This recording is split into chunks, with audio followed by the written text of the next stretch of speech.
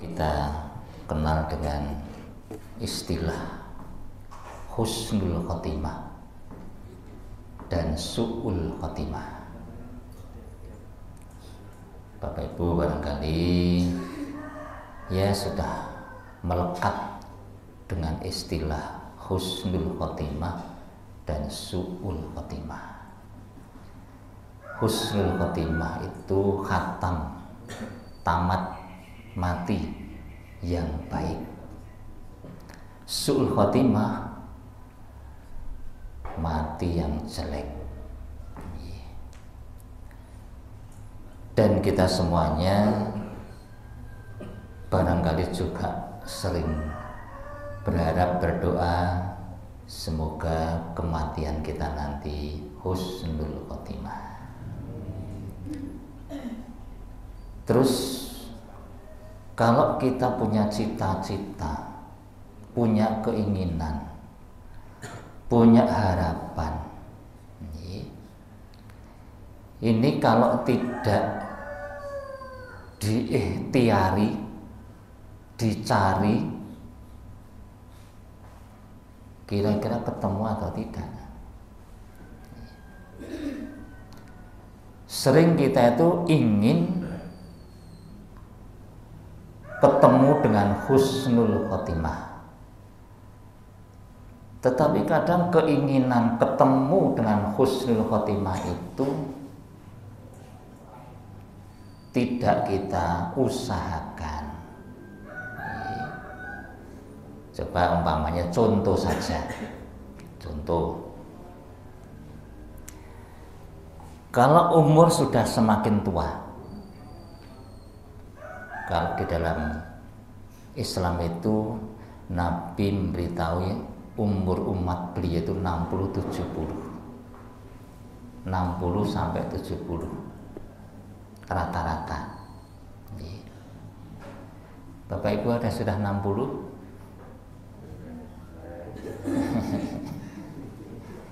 Kita lagi pitulas tadi.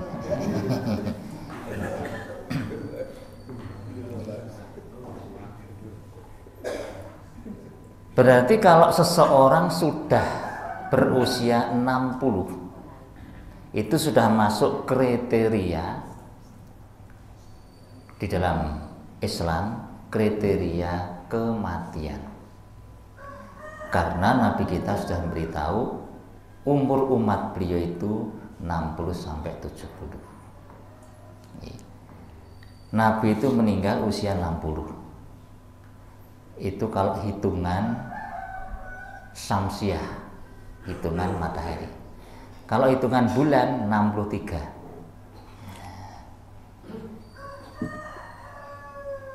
Yang sudah berusia 60 itu berarti sudah masuk hitungan saatnya akan ketemu dengan kematian.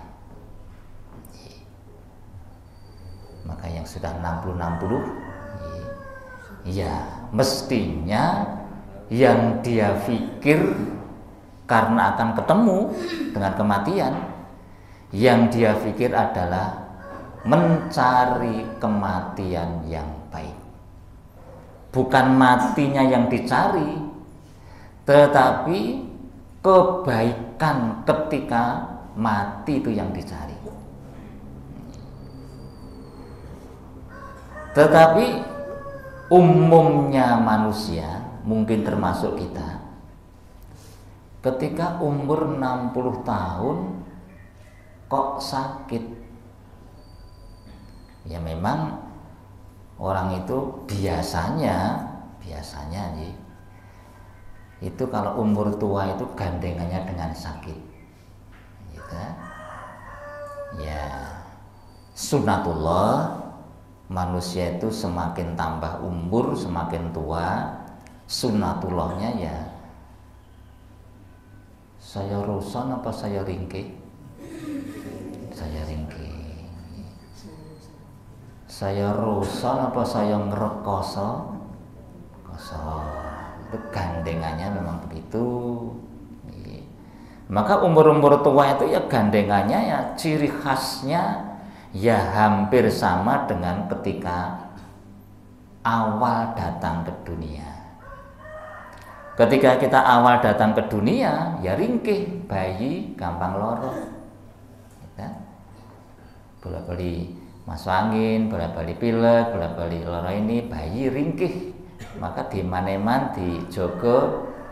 Nanti ketika kita sudah akan meninggalkan dunia, kembali kondisi kita ringkih lagi, gampang loro. Madani dhisik nalika bayi. Dhisik bayi iki ya pancen ya durung duwe untu. Mun wis dadi bayi tuwa balik ra duwe untu. Mulane bayi cilik iki didulang bubur. Engko bayi tuwa senengane bubur.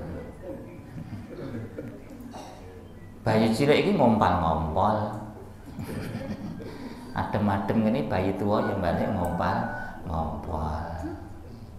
Bayi balik bayi. Nek bayi cilik iki diwedhaki lucu. Nek bayi tua diwedhaki medeni. Nah, ketika umur sudah 60 terus ketemu dengan sakit. Coba. Ketemu dengan sakit. Padahal umur 60 itu umur saatnya akan meninggal dunia, ketemu dengan sakit lagi.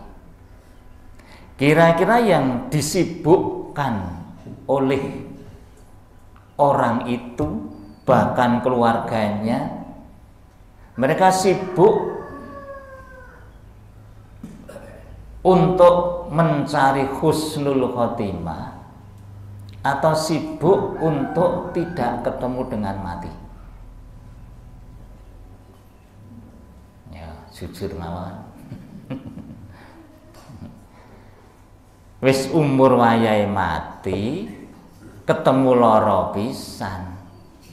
Apalagi kalau sudah ya dokter mulai angkat tangan. Wah, ini sudah ya kita tinggal berdoa saja gitu ya. Kira-kira yang difikirkan orang yang sakit itu, bahkan keluarganya itu berusaha untuk mencari umur panjang atau mencari husnul khotimah. Nah, inilah realitasnya. Inilah lemahnya iman kita. Beda dengan zaman Nabi, belum tua saja, masih umur di bawah 60. Mereka itu mencari husnul khotimah. Dicari di medan-medan jihad. Mereka itu malah mencari-cari, semoga ketemu. Maka yang kalau Bapak Ibu masih ingat dengan sahabat yang namanya Khalid bin Walid,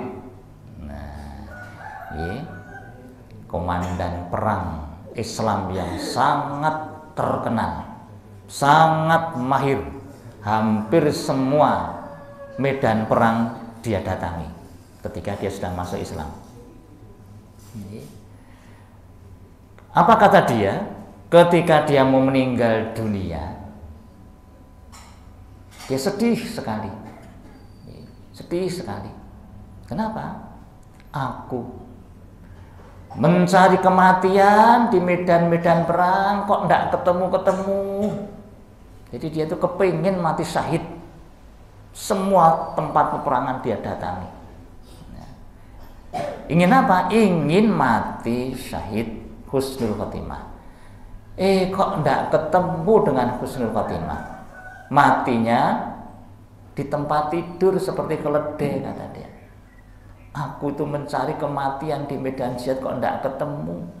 Malah ini ketemu mati seperti keledai yang tempat tidur. Dia mencari, subhanallah. Kalau kita yang menghindar dari kematian, menghindar dari peperangan, maka di zaman Nabi itu Islam bisa jaya itu karena memang orang itu hatinya itu isinya mencari kematian yang baik. Kenapa kok bisa seperti itu? Ya karena imannya dengan akhirat itu mengalahkan imannya kepada dunia.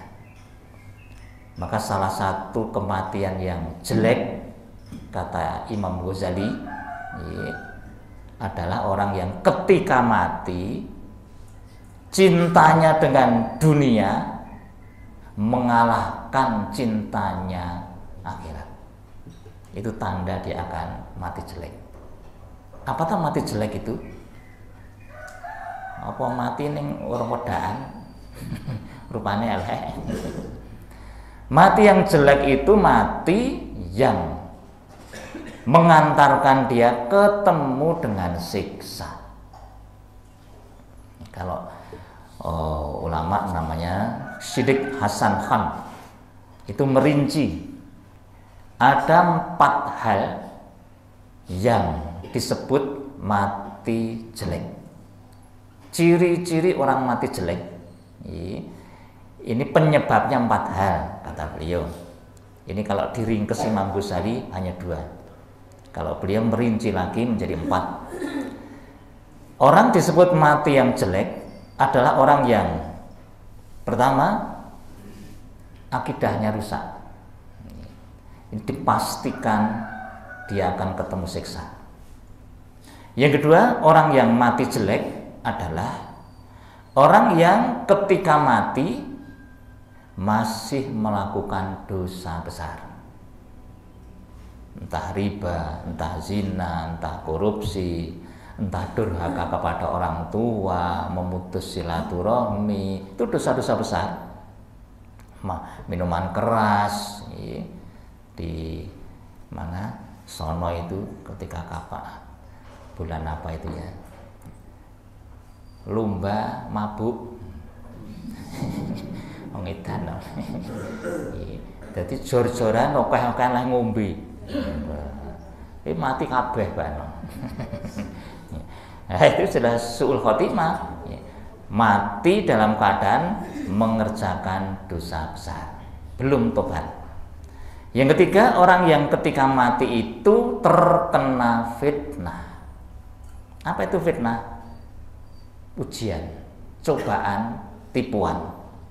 Karena ketika mau mati itu ada fitnah, terutama dari iblis atau setan.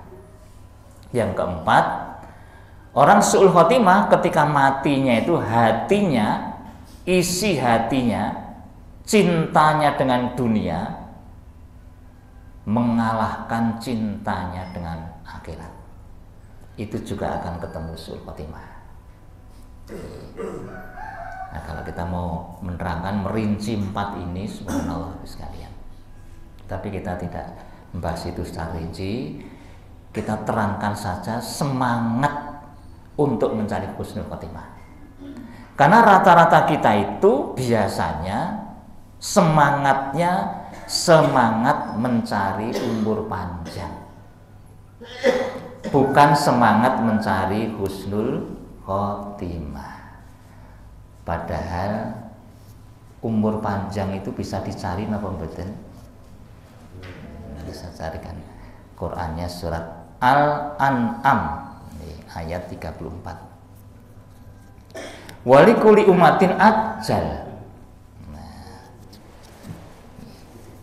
Dan setiap umat mempunyai ajal. Ajal itu artinya batas umur. Fa'idha ja'a ajaluhum la yastakhiruna sa'atan wa la yastaqdimun. Apabila ajalnya sudah tiba, batas waktunya wis tekan, mereka tidak dapat meminta penundaan atau mempercepat sesaat pun. Berarti masing-masing kita itu sudah ditentukan batas umurnya. Juga surat Waqiah ayat 60. Nahnu qaddarna bainakumul mauta wa ma nahnu bimasbuqin. Kami telah menentukan kematian masing-masing kamu dan kami tidak bisa dipaksa. Kami tidak lemah. Berarti tiap-tiap kita itu sudah ada batasnya. Ra iso dinyang meneh. Dijokke ya ra iso, dundur ya ra iso. Berarti mencari umur panjang itu bisa atau tidak kalau begitu? Lah niku Pak Ustadz, tiang bunuh diri niku ora nyepet oleh mati niku. Nah, gitu. Sekarang banyak orang bunuh diri gara-gara pinjol. Stres ya. Baru saja tempat saya itu anak mahasiswa kuliah stres. Kenapa? Dia sudah merencanakan. Ini habis ujian, nah, pendadaran, lulus, langsung nikah. Nah, wis siap-siap pacari ya siap. Begitu ujian selesai diumumkan dia ndak lulus. Akhirnya pacarnya mendengar, terus pacarnya lunga pisan. Akhirnya dia stres udo. Di depan masjid itu telanjang bulat. Ndeprok di samping tempat sampah. Wah, donya luweh dipikirke. Ternyata pikiran dunianya sangat kuat sekali sampai stres seperti itu. Badannya bagus mau mahasiswa, orang tuanya telepon supaya datang. Ono wong yang mau mikir dunia nganti seperti itu. Untung dia tidak bunuh diri. Ada yang melanjutkan dengan bunuh diri. Apa rano cah wedok liya to le mboten. Mau makan ingat dia, mau minum ingat dia, anak ladek munyo ingat dia. Akhirnya bunuh diri gantung neng weterong. Ya mati-mati orang stres. Nah, kita kembali lagi. Orang bunuh diri itu apakah mempercepat umurnya? Tidak. Kalau Allah tidak mendaki ya tidak akan mati-mati. Berapa banyak orang bunuh diri malah ramati. Terus ngombe baygon malah orang mati. Ngerti ngono rasa ngombe kopi malah. Nah, kenapa? Ya ajalnya memang sudah sampai di situ, dia memilih cara mati seperti itu. Itu bukan mempercepat. Maka mencari umur panjang itu perbuatan yang tidak penting sebetulnya. Karena kita tidak bisa manjangkan umur, memendekkan juga tidak bisa. Nah, maka Khalid bin Walid itu mendatangi medan jihad berapapun, nek jatai durung mati ya ora mati. Padahal dia kepengen mati syahid. Tetapi orang yang sudah mencari mati syahid, mencari husnul khotimah, meskipun tidak mati ketika di medan perang, dia sudah dianggap mati syahid. Jadi orang itu kalau sudah punya niat kepingin mencari kematian yang baik dengan bentuk usahanya, kok ternyata matinya tidak seperti yang diharapkan di medan perang bapaknya, dia sudah dianggap mati syahid sesuai dengan niatnya. Jadi memang harus dicari. Berarti berdoa minta umur panjang itu tidak penting sebetulnya. Buktinya ketika Nabi didoakan umur panjang, yang mendoakan siapa? Istri beliau. Istri beliau itu berdoa, ya Allah senangkan hatiku dengan memanjangkan umur suamiku. Nah, jadi istri Nabi itu kepingin umurnya Kanjeng Nabi panjang, seneng ketemu Nabi berlama-lama. Nabi mendengar doa istrinya, terus Nabi mengatakan begini, kamu itu minta sesuatu kok yang sudah ditentukan. Lebih bagus mintalah supaya tidak disiksa di kubur dan di neraka. Nah, itu jauh lebih penting. Itulah yang disebut dengan husnul khotimah. Mati yang tidak ketemu dengan siksa, itu husnul khotimah. Baik dikubur maupun di neraka. Itu jauh lebih penting daripada memikirkan umur panjang. Kenapa? Itu sudah ditentukan kok. Tetapi ketika kita sedang sakit, umur tua lagi, kita bukan sungguh-sungguh mencari husnul khotimah, tetapi kita lebih sungguh-sungguh mencari umur panjang. Nah, itu sering dimanfaatkan setan. Kenapa? Setan itu, kata Ibnu Taimiyah, paling hebat menyesatkan manusia itu di ketika sakaratul maut. Ketika umur manusia sudah di pucuk hampir selesai, setan itu luar biasa hebatnya untuk memfitnah, menggoda, menjerumuskan kita. Apalagi ketika orang itu di masa hidupnya sering bersentuhan dengan setan, atau orang itu cintanya dengan dunia sangat kuat sehingga yang dipikir jangan mati sekarang, jangan mati sekarang, jangan mati sekarang. Yang dipikir mencari umur panjang, mencari umur panjang. Itu sering dimanfaatkan setan untuk membuat orang itu su'ul khotimah, mati yang jelek. Maka orang yang kritis seperti itu tidak berpikir husnul khotimah, yang dipikir umur panjang. Setan masuk. Wah, dulu dokter wis menyerah ning Gunung Kawi. Wah, sing iso ngono kuwi mesti paranormal. Nek dokter angkat tangan ini melayune ning ndi nek ra paranormal. Nah, akhirnya bingung cari paranormal karena rumah sakit sudah menyerah. Nah, setan memasukkan pikiran-pikiran sesat. Wah, ketemu dengan temannya setan, Mbah Dukun paranormal, wis kekancan nek kuwi panjenengan kancane kerjasama. Apa kata Mbah Dukun? Wah, ini dokter jelas tidak bisa. Nah, yang bisa ya kita-kita ini. Dan nanti pulang tuh tuku pitik rupane ireng. Wulu ireng, cucuk ireng, telek ireng. Syukur sing dodol rupane ireng. Wes nanti baca ini, baca itu, baca ini, baca itu. Dan ternyata betul, Imam Ahmad bin Hambal, seorang ulama besar, ketika sakaratul maut, dia malah teriak-teriak, pergi, pergi, pergi. Padahal putranya di sampingnya menuntun. Malah dia teriak-teriak, pergi, pergi.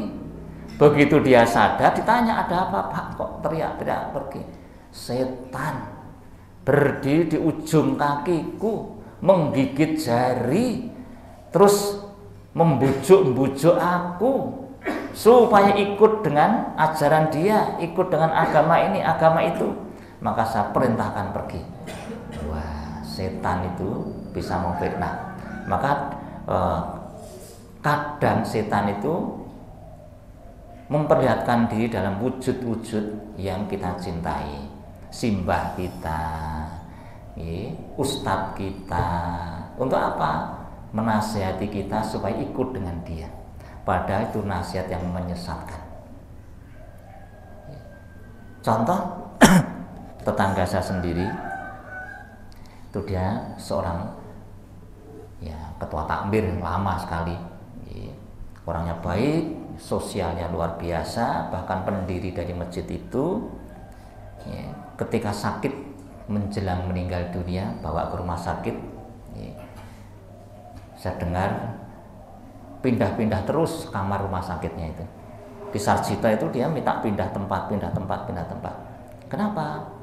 Ada dokter keluar dari dalam tembok, dia takut, pindah aja tempatnya. Loh, kok ada dokter kok jedul saka tembok? Nah, ini nek setan ra ono. Berarti orang ini ditutke apa diketok-ketok setan ini. Akhirnya bawa pulang di Pelemburan. Terus keluarganya nelpon saya masih di Wonosari pengajian. Ya nanti tak jenguk insya Allah. Sore-sore saya datang kepada bapak itu di kamarnya sendirian.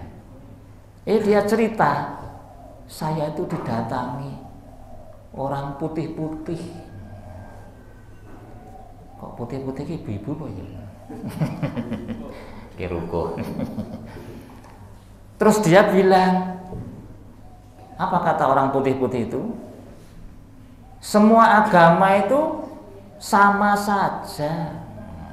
Kabeh agama ki apik kabeh. Nah, berarti ora kudu dadi wong Islam ki ora apa-apa. Agama iki ya bener, agama iki ya bener, agama iki ya bener.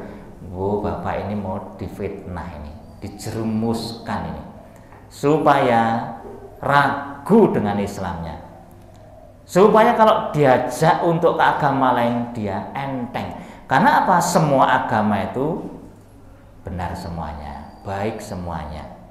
Nah, saya mikir, kok ketemu karo wong kaya ngene, iki mesti setan sing kaya ngene. Terus saya tanya pada keluarganya, apa bapak ini punya jimat? Punya keris-keris? Ya, ada keris ada. Wah, kuwi sing marai. Ditutke terus mesti deh. Nah, masa hidupnya bersentuhan dengan setan. Nah, saya bilang kalau begitu keris itu singkirkan aja, buang di kamar ini, bersihkan gambar-gambar makhluk hidup, singkirkan patung-patung, setelkan Quran. Nah, terus setelkan Quran. Keris buang, jimat-jimat buang semuanya. Akhirnya alhamdulillah bisa meninggal pas hari Jumat. Nah, salah satu indikator dia orang yang husnul khotimah, terselamatkan. Kenapa? Ya kalau orang itu akidahnya rusak, ibadah seperti apapun juga sia-sia. Kenapa? Akidahnya rusak, syirik. Tetapi ketika dia tobat, kembali kepada tauhid, mulai dari nol, seperti tidak punya dosa. Itulah ibaratnya. Maka Bapak Ibu yang ya masih bersentuhan dengan setan, ini nanti biasanya akan terasa betul ketika sakaratul maut. Ketika sakaratul maut akan terasa betul. Nah, yaitu beratnya menghadapi fitnahnya setan. Maka jangan ya main-main dengan yang namanya jimat. Saya terangkan begini di Suhada, pengajian ibu-ibu banyak sekali ketika itu. Begitu sampai rumah, karena dia minta nomor telepon saya, dia langsung hubungi saya. Ada ibu-ibu, Pak Ustadz, bagaimana caranya tobat Pak Ustadz? Kenapa Bu? Saya pakai susu Pak Ustadz. Ya, biasa ibu-ibu kaya itu kadang begitu loh. Karena punya uang, beli susu. Untuk apa? Ya nyusui pipi nih, nyusui bibirnya biar kelihatan menarik. Nah, jane ini ya wis kempot jane ngono.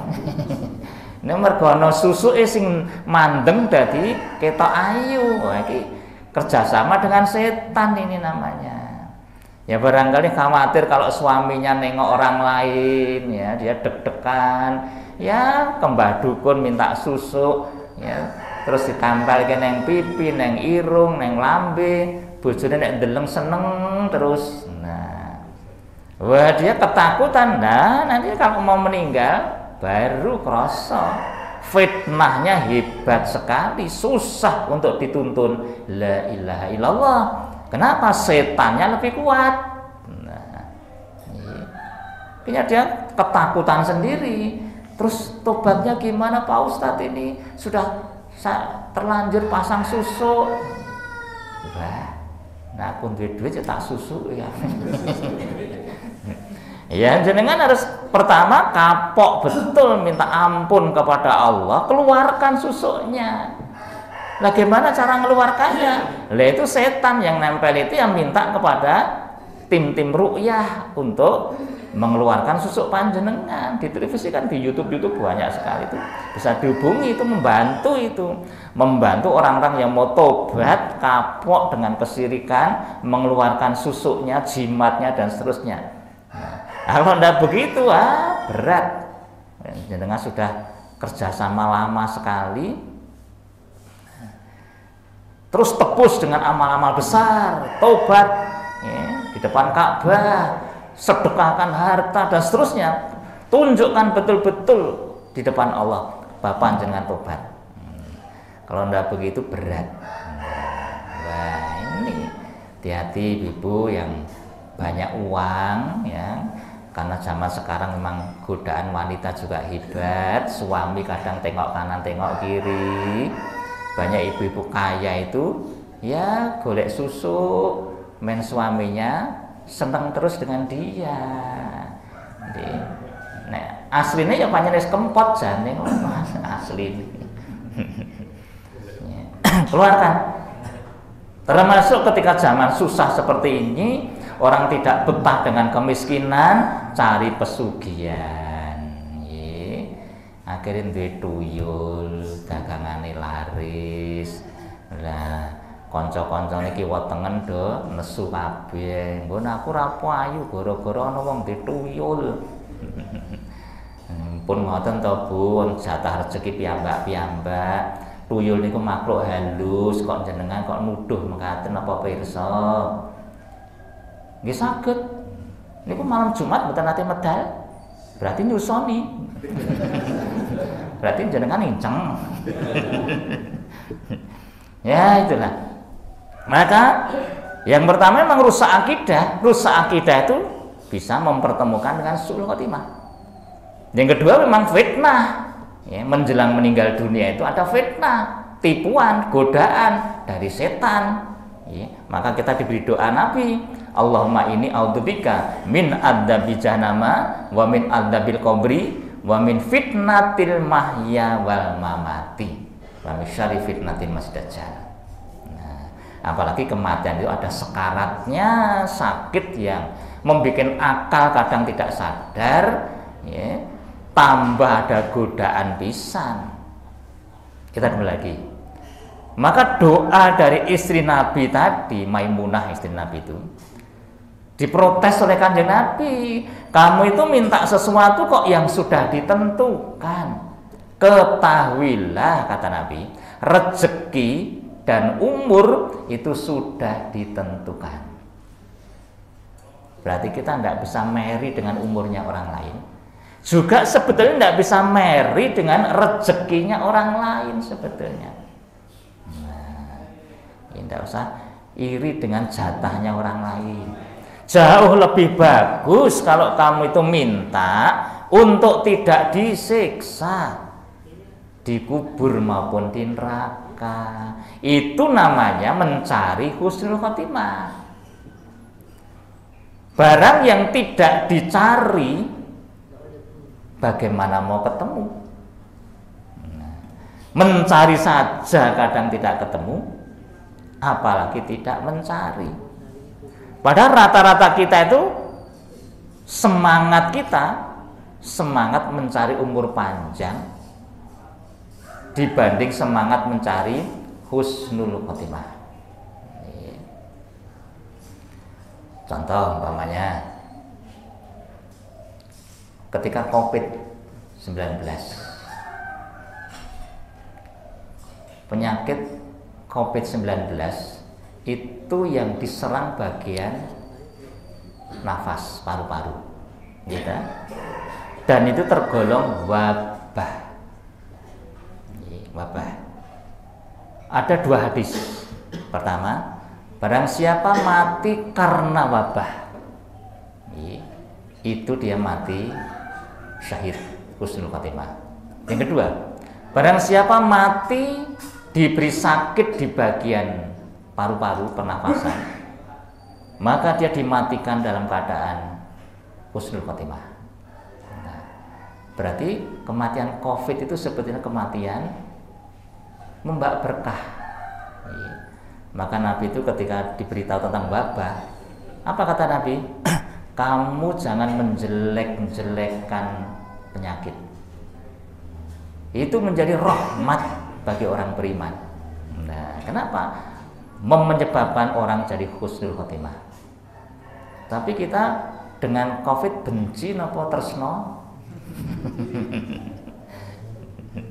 Kalau Bapak Ibu lihat sejarah wabah di dalam Islam itu, insyaallah zaman sahabat tabiin kalau tidak salah ya. Itu begitu ada wabah turun, mereka tuh berdoa, ya Allah semoga saya dan keluarga saya kena wabah ya Allah. Minta supaya kena wabah. Beda karo dhewe cuci tangan. Ambil jarak. Mane masjidnya malah tutup pisan. Men ra ono wong golek husnul khotimah. Nggih, tutupi masjidnya, ditulisi hanya untuk warga sendiri. Nggih. Mulai seneng-seneng masjid jarake ya 0,5 meter. Nah, ada COVID bentuk baru jaraknya 5 meter. Nanti sak masjid diisi wong 3. Wis salat kok jetungan kuwi. Yang dicari apa? Umur panjang, umur panjang, umur panjang. Bukan mencari husnul khotimah. Ketika isi hati manusia seperti itu, mereka pasti takut dengan jihad. Mereka tidak akan mencari medan-medan jihad. Islam tetap akan runtuh. Inilah lemahnya umat sekarang ini. Beda dengan zaman Nabi. Mereka tuh mengejar-ngejar surga, mengejar-ngejar kematian yang baik.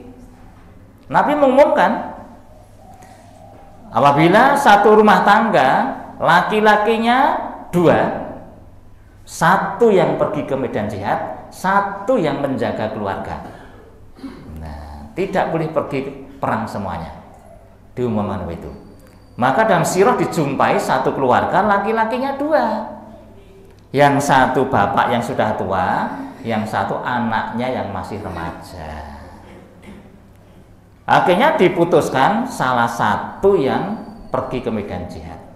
Disitulah dalam sirah diceritakan 2 laki-laki ini berebut untuk maju di medan jihad. Bapaknya yang tua dengan anak remajanya. Sampai mereka ayal-ayalan untuk berebut maju di medan jihad. Beda karo awake dhewe. Kowe lho sing maju le, kowe lho.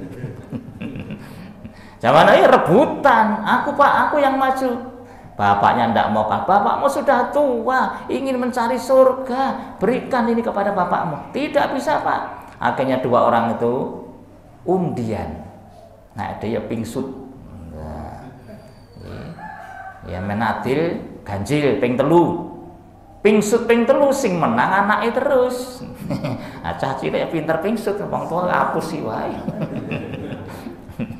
Akhirnya yang remaja itu menang terus pingsutnya.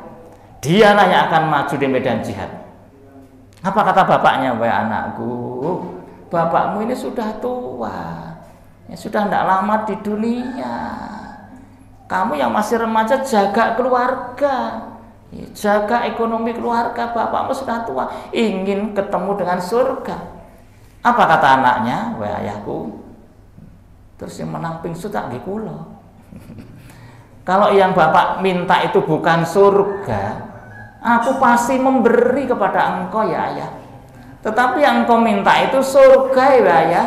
Maafkan anakmu ya ayah, aku tidak bisa memberi kepada engkau. Itulah remaja di zaman Nabi. Subhanallah. Maka Islam bisa jaya itu karena memang kualitas imannya seperti itu. Wis ra mikir sing jenengane suwe ning donya, yang dicari masuk surga, masuk surga, masuk surga. Inilah ciri-ciri orang husnul khotimah itu. Kesempatan ada, segera kejar masuk surga.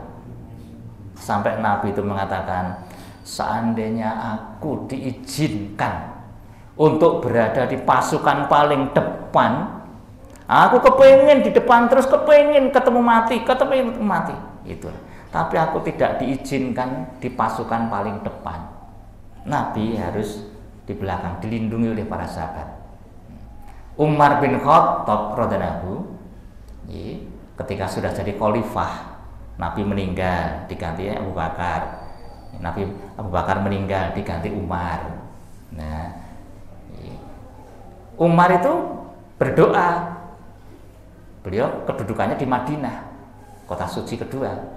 Berdoa kepada Allah, kepingin mati syahid di Madinah. Padahal di Madinah tidak mungkin ada perang. Dilarang ada peperangan di kota suci. Dan mati di Madinah, itu Nabi beritahu begini, kalau kamu bisa meninggal di Madinah, kerjakan. Kenapa? Aku, kata Nabi, yang akan menanggung di akhirat, yaitu diberi pertolongan, diberi syafaat.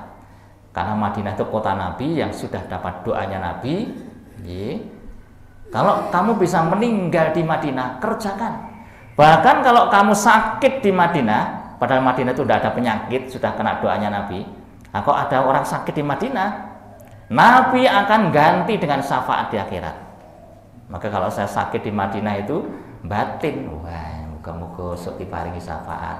Kadang kalau saya di Madinah itu buatelen, sikil pecah-pecah, ya macam-macam, ya tahu hadis ini, sabar. Nabi berarti mengendaki, semoga besok memberi syafaat kepadaku. Apalagi bisa meninggal di Madinah. Maka saya sama istri itu cita-cita, muga-muga nek pas neng Madinah iso meninggal, Bapak Ibu nek teng Madinah kepengin wangsul teng Pandean apa mboten?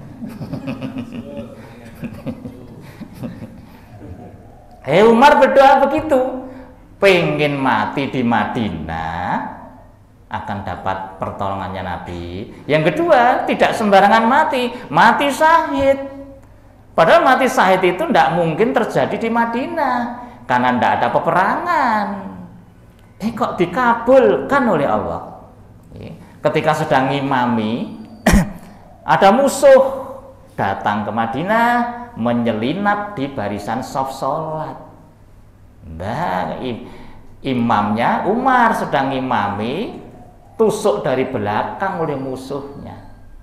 Nah, Umar jatuh, pingsan, sadar lagi, pingsan, terus mau meninggal dunia itu. Tapi sahabat-sahabat sudah hafal, Umar itu meskipun pingsan seperti apa, kalau dengar adzan mesti sadar dia. Ini hebatnya rohaninya Umar begitu. Pingsan, semaput, krungu adzan dadi sadar. Beda dhewe krungu adzan malah semaput. Malah kemule krukupke pisan. Nah, itulah semangat mencari husnul khotimah.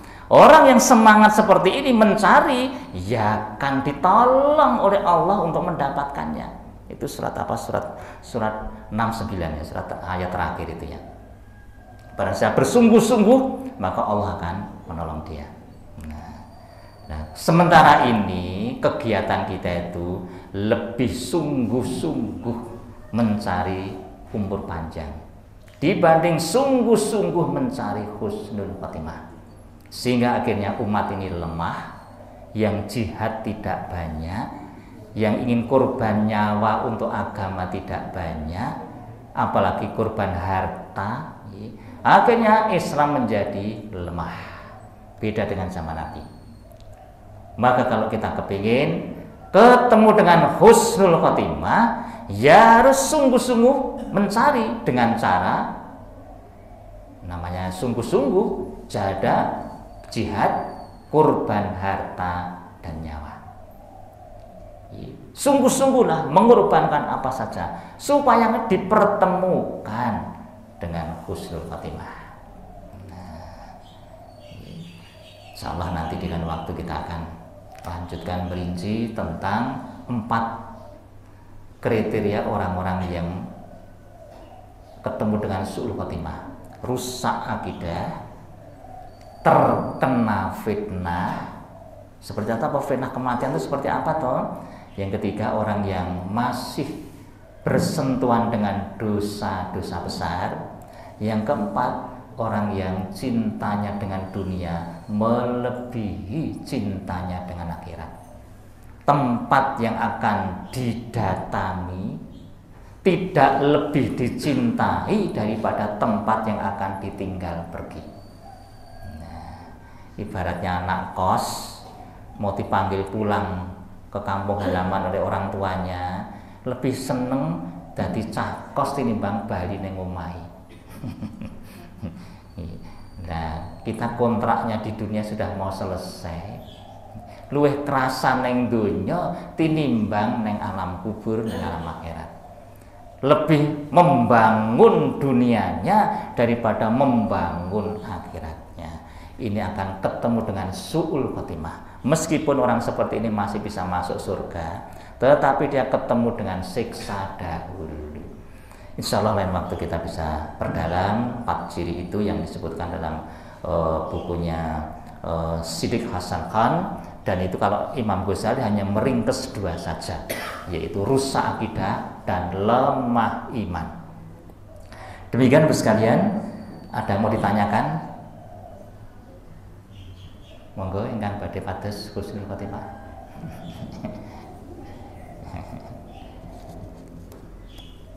Bapak Ibu yang ada rencana umroh, saya akan memberangkatkan November tanggal 4 November. Yang Oktober dibatalkan karena Lion dari Jogja tidak dapat izin, sehingga semua tiket dibatalkan. Yang berangkat dari Jogja nanti berangkatnya akan dipindah dari Solo. Maka nanti kita akan berangkat dari Solo, langsung landingnya di Jeddah. Kita akan umroh dulu di Jeddah, berarti nanti kita ikhramnya di pesawat. Nanti kita tuntun, kita bimbing. Kemudian kita landing di Jeddah, terus langsung ke Mekah. Kurang lebih Jeddah Mekah itu 1 jam. Kita ikhramnya di pesawat, umroh dulu di Mekah. Kalau sudah selesai kurang lebih 5 hari, kita baru pindah ke Madinah. Ning sudah selesai umrohnya. Kadang kalau membawa orang tua itu ke Madinah dulu, gitu. Nah, di sana kadang sudah jatuh sakit karena sepuh-sepuh, kondisi Madinah berat, anginnya kencang, panas. Orang tua-tua banyak kadang sakit. Nah, ketika umrohnya ke Mekah sakit. Nah, ini kadang juga jadi masalah kalau bapak orang tua. Maka besok kita akan balik ke Jeddah dulu untuk umroh dulu. Nah, setelah umroh, nek mau sakit monggo teng Madinah mawon. Mungkin malah meninggal neng kono malah alhamdulillah. Insya Allah tanggal 4 November Bapak Ibu yang mau ada rencana boleh dengan saya pakai Lion dari Solo langsung Jeddah, kemudian kita umroh selesai baru pindah ke Madinah. Dari Madinah nanti terbang langsung Solo. Kita tidak ke Mekah lagi, dari Madinah langsung ke Solo. Itu kita sudah terjadwal tanggal 4 November. Itu yang mendaftar rata-rata memang untuk orang-orang tua-tua yang mau mencari husnul khotimah. Yang mau daftar Agustus dapat diskon, ini masih diskon 1 juta. Demikian Bapak sekalian apa yang bisa saya sampaikan. Mohon maaf, billahi taufik wal hidayah. Assalamualaikum warahmatullahi wabarakatuh.